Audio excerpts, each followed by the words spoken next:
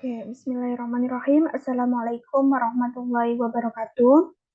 Untuk pertemuan kedua dari mata kuliah sosial media, manajemen, dan analitik hari ini, kita akan membahas mengenai penggunaan dari media sosial.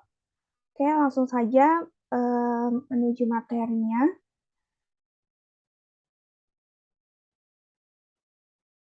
Oke, yang pertama adalah yang akan kita bahas adalah mengenai jenis dari media sosial. Nah, di sini ada pembagian dari jenis-jenis media sosial.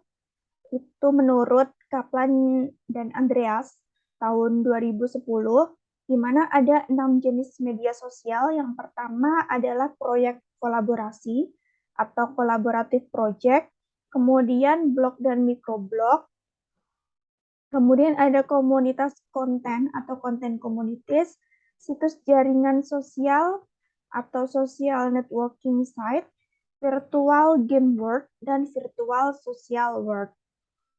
Kemudian yang pertama kita bahas adalah mengenai proyek kolaborasi atau collaborative project, di mana situs yang membebaskan pengguna untuk bersama-sama membuat dan memperbarui sebuah konten. Salah satu contoh yang paling umum dikenal adalah Wikipedia. Jadi untuk jenis sosial media proyek kolaborasi ini, itu digunakan untuk pengguna yang biasanya merupakan teamwork untuk membuat dan memperbarui sebuah konten. Kemudian yang kedua adalah blog dan microblog. Di sini merupakan salah satu bentuk awal sekaligus cikal bakal pengembangan media sosial. Sehingga melalui platform ini, para pengguna dibebaskan untuk membuat konten yang pada awalnya didominasi oleh konten tulisan dan ditampilkan secara kronologis. Jadi, seperti kita ketahui bahwa blog itu kan merupakan platform yang digunakan oleh pengguna untuk menyimpan tulisan konten-kontennya yang berupa tulisan-tulisan. Nah, di sini misalnya adalah Twitter. Kemudian jenis media sosial selanjutnya adalah komunitas konten. Ini sesuai namanya digunakan untuk berbagi konten dalam tipe media yang berbeda-beda. Jadi di sini para komunitas, jadi para sekumpulan orang itu yang membentuk komunitas itu bisa berbagi konten. Misalnya di sini adalah media sosial berupa YouTube. Kemudian situs jejaring sosial. Nah, di sini merupakan platform yang memungkinkan pengguna untuk terhubung dengan pengguna lainnya dengan cara membuat profil yang berisi informasi pribadi, mengundang teman untuk dapat mengakses profil tersebut hingga berkirim pesan singkat.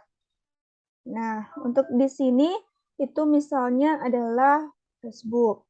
Jadi para pengguna Facebook itu bisa saling terhubung dengan pengguna Facebook lainnya dengan cara membuat profil yang isinya informasi pribadi, kemudian bisa saling mengundang teman dan juga mengakses profil kita, kemudian bisa berkirim pesan singkat.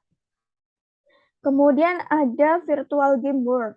Ini merupakan replikasi dari dunia 3D sehingga pengguna dapat berinteraksi satu sama lain dalam suatu permainan. Namanya juga virtual game. Jadi interaksinya berupa permainan. Misalnya adalah Mobile Legends. Kemudian ada virtual social world. Ini merupakan platform yang mirip dengan virtual game world, tapi interaksi yang ditawarkan itu lebih bebas, seperti simulasi kehidupan. Misalnya di sini adalah Second Life. Nah, kemudian kita akan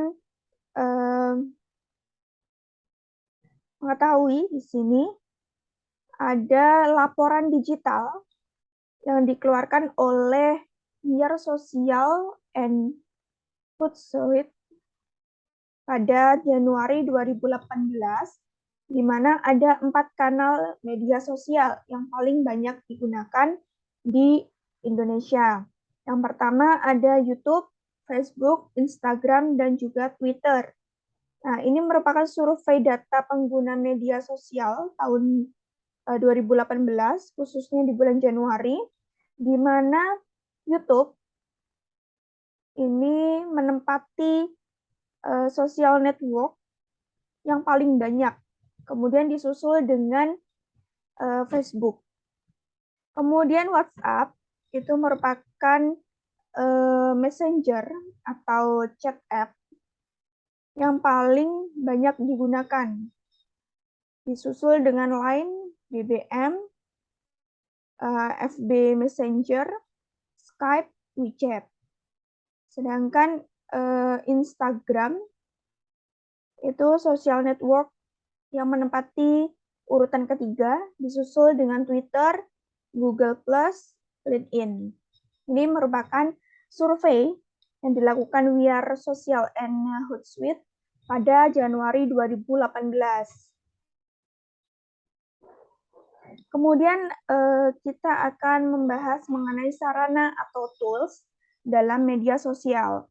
Yang pertama, social media engagement tool, itu misalnya Hootsuite, Quotsuite, Sprout Social. Kemudian yang kedua ada social media monitoring dan analisis, seperti Social Mention, Edictomatic, kemudian Currently. Kemudian professional listening tools, itu misalnya Radian 6, kemudian Alterian, SM2. Kemudian di sini ada sektor pengguna media sosial.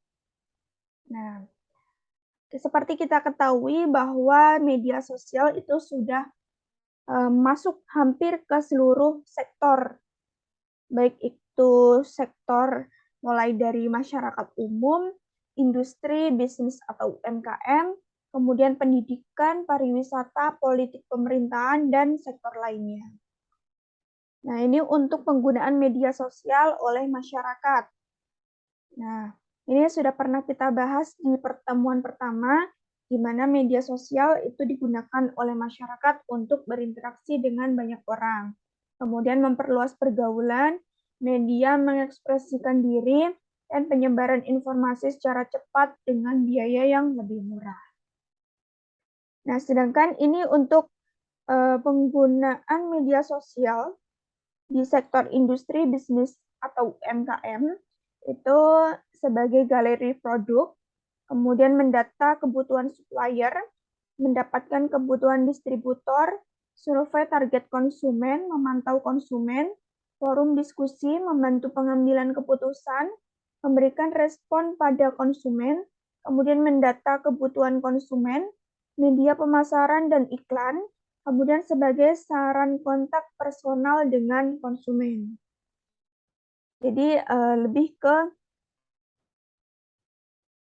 produk, supplier, distributor, dan juga konsumen untuk penggunaan media sosial oleh industri, bisnis, atau UMKM. Kemudian penggunaan media sosial pada sektor pendidikan. Ini sebagai saluran komunikasi, sudah jelas, bisa untuk komunikasi antara dosen dengan mahasiswa, guru dengan murid, kemudian antar pihak sekolah dengan pihak wali murid gitu ya. Kemudian pembelajaran dan jejaring online, demonstrasi keterampilan dan media mengekspresikan diri, kemudian media interaksi dengan orang lain di seluruh dunia, kemudian platform kolaborasi untuk bekerja sama secara intelektual, alat penelitian berhubungan dengan para ahli, kemudian alat pemasaran dan promosi kegiatan sekolah atau perguruan tinggi, kemudian mengakses informasi atau pengetahuan lebih luas, mendorong pembelajaran mandiri, peningkatan kemampuan literasi, komunikasi, dan membaca. Ini untuk penggunaan media sosial pada sektor pendidikan. Kemudian selanjutnya pada sektor pariwisata, itu sudah pasti sebagai sarana marketing. Kemudian promosi daerah wisata, kemudian memberikan exposure atau meningkatkan awareness dari destinasi pariwisata kepada dunia, kemudian membantu memahami bagaimana konsumen mengambil keputusan, seperti misalnya kebiasaan turis saat liburan dan kegiatan setelah liburan. Kemudian penggunaan sosial media pada sektor politik atau pemerintahan. Misalnya di sini untuk mendorong efisiensi pemerintahan. Bisa berupa sharing informasi terkait negara, politik, dan pemerintahan. Jadi lebih mudah untuk disampaikan informasinya ke masyarakat umum. Kemudian efisiensi bisa berupa waktu maupun tenaga dan juga biaya gitu ya. Kemudian memulihkan kepercayaan masyarakat yang turun. Mungkin karena adanya suatu informasi hoax ya yang bisa sewaktu-waktu dikonsumsi oleh masyarakat. Nah, melalui media sosial ini pemerintah bisa meng-share informasi kepada masyarakat bahwa melakukan apa ya, konfirmasi gitu ya, melakukan klarifikasi bahwa berita tersebut tidak benar adanya. Itu untuk memulihkan kepercayaan masyarakat yang turun. Kemudian menghadapi perkembangan zaman. Oke, kemudian sarana komunikasi di saat krisis dan bencana alam. Nah, ini untuk menentukan sosial media yang tepat. Nah, ternyata dari sekian banyak sosial media, platform sosial media yang ada, ini merupakan langkah-langkah yang bisa teman-teman, bisa sektor-sektor yang tadi sebelumnya sudah kita bahas, agar bisa memilih sosial media yang tepat untuk ditentukan gitu. Nah, ini merupakan langkahnya, di mana langkah ini merupakan langkah paling krusial yang harus dilakukan oleh pengguna atau pengelola media sosial, yaitu menentukan platform mana yang cocok.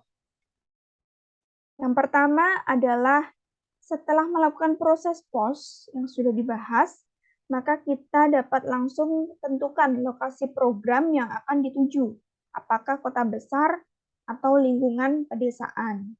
Nah, ini juga merupakan pertimbangan yang harus dipertimbangkan oleh pengguna atau pengelola sosial media. Misalnya kita akan membuat sosial media untuk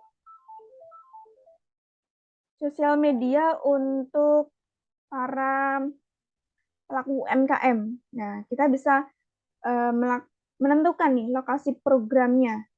Kita bisa menentukan kira-kira segmentasi pasar untuk UMKM kita itu apakah yang ada di kota besar atau lingkungan pedesaan. Kemudian yang kedua adalah menargetkan kawasan pedesaan atau luar Jawa, sehingga kita bisa memilih platform yang biasa digunakan, yaitu Instagram dan juga Facebook. Nah, ini untuk target kawasan pedesaan dan luar Jawa. Masih berkaitan dengan poin pertama gitu ya. Kemudian poin yang ketiga adalah jika kita memilih kota besar, maka kita harus memilih lagi segmen audiens yang sesuai untuk mendapatkan target audiens. Nah, kita bisa memilih sosial media sesuai dengan hasil analisa. Kemudian sesuaikan konten dengan usia dan tren yang berlaku. Nah, ini juga selain memilih lokasi program, kita juga harus menyesuaikan dengan usia atau tren para eh, pengguna sosial media yang akan kita tuju. Nah, misalnya tadi kita punya UMKM, kita punya sosial media UMKM. Nah, itu kita tentukan, setelah kita tentukan lokasi programnya, lokasinya adalah para pengguna sosial media yang ada di kota besar atau di pedesaan. Kemudian kita selanjutnya menganalisa ini untuk usia berapa, tentang usia berapa, kemudian kita bisa tahu tren yang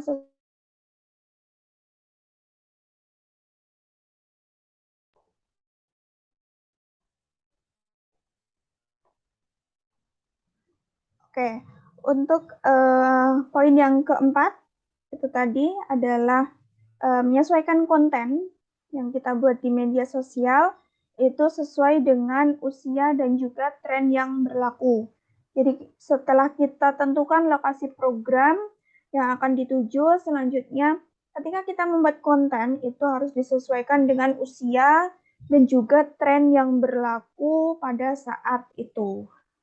Agar apa? Agar bisa menarik perhatian dari pengguna media sosial. Nah, kemudian ini merupakan denah pemilihan media sosial. Nah, ini tadi yang kita bahas setelah kita menentukan lokasi, apakah dari kota besar maupun di desa. Nah, di sini kota besarnya adalah di Pulau Jawa dan di desa itu merupakan luar Jawa. Kemudian kita tentukan usia audiensnya. Untuk usia 13 sampai 18 tahun itu biasanya menggunakan Facebook dan juga YouTube. Kemudian untuk usia rentang 19 sampai 34 tahun, ini lebih beragam, biasanya menggunakan Twitter, Facebook, YouTube, dan juga Instagram. Kemudian untuk rentang usia 35 sampai 54 tahun, itu biasanya menggunakan Facebook dan juga Instagram. Nah, setelah kita tentukan media sosial yang tepat, selanjutnya ini merupakan etika dari penggunaan media sosial. Nah, penggunaan media sosial khususnya itu bagi suatu lembaga, terlebih lembaga pemerintahan itu harus mengedepankan etika. Ini tidak hanya lembaga pemerintahan saja, namun seluruh lembaga atau sektor pengguna media sosial itu juga harus punya etika. Nah, di sini saya ambil contohnya adalah lembaga pemerintahan. Di mana yang pertama etika yang harus dijunjung tinggi adalah kehormatan instansi pemerintahan. Nah, kita harus mengedepankan atau menjunjung tinggi kehormatan dari instansi. Karena media sosial itu kan merupakan profil atau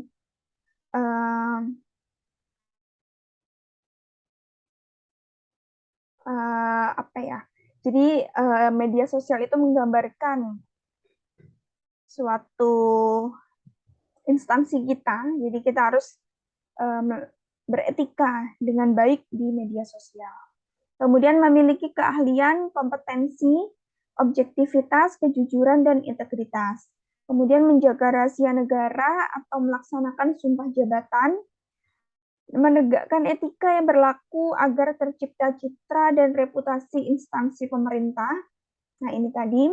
Kemudian menghormati kode etik pegawai negeri, menyampaikan dan menerima informasi publik yang benar, tepat, dan akurat, menghargai, menghormati, dan membina solidaritas serta nama baik instansi dan perorangan, dan melaksanakan keterbukaan informasi publik sesuai ketentuan peraturan perundang-undangan. Oke, mungkin itu untuk materi pertemuan kedua hari ini mengenai penggunaan media sosial, mulai dari jenis-jenis media sosial yang digunakan sampai dengan etika dari penggunaan media sosial.